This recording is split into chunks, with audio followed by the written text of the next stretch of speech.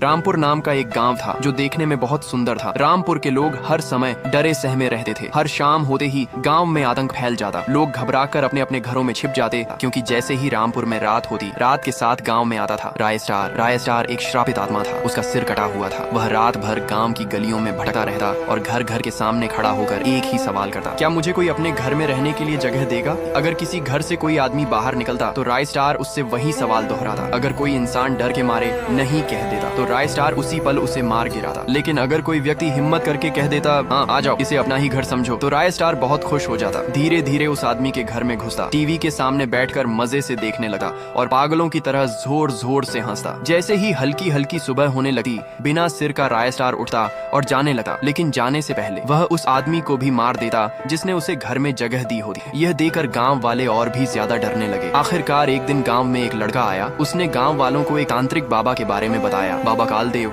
जो भीमगढ़ के काले जंगलों में रहते थे और जिनके पास अद्भुत जादुई शक्तियां थीं। गांव वाले मिलकर बाबा कालदेव के पास पहुंचे और अपनी सारी परेशानी उन्हें बता दी। बाबा कालदेव ने सब कुछ ध्यान से सुना, कुछ देर आंखें बंद की और फिर एक फैसला लिया। उस शाम बाबा कालदेव ने पूरे गांव के बीच भयानक हवन किया। हवन कुंड से उठती आग के साथ बाबा कालदेव जोर जोर से मंत्र बोलने लगे। अचानक पूरा गाँव कांपने लगा और तभी एक सिर कटा हुआ भयानक साया पूरे गाँव में प्रकट हो गया। गाँव वालों में आतंक मच गया। लोग इधर उधर भागने लगे, लेकिन उस सिर कटे ने किसी को नहीं छोड़ा। जो सामने आया उसे मौत के घाट उतार दिया। ये सब देखकर बाबा कालदेव घबरा गए। हिम्मत करके वह उस सिर कटे के पास गए और बोले, तुम कौन हो और इस गांव से तुम्हारी क्या दुश्मनी है? तभी वह सिर कटा रोते हुए बोला, बहुत साल पहले मैं भी इसी गाँव में अपनी माँ के साथ रहता था। हम बहुत खुश थे, लेकिन एक दिन जब मैं घर लौटा तो देखा हमारे मकान मालिक ने हमारा सारा सामान घर से बाहर फेंक दिया था। मैंने उससे पूछा, काका क्या हुआ, कोई तकलीफ? तो वह बोला, साले गरीब, इतने दिनों से किराया नहीं दिया और ऊपर से सवाल पूछता है, निकल जाओ मेरे घर से। मैं और मेरी माँ वहाँ से चले गए। रास्ते में माँ अचानक रुक गई और बोली,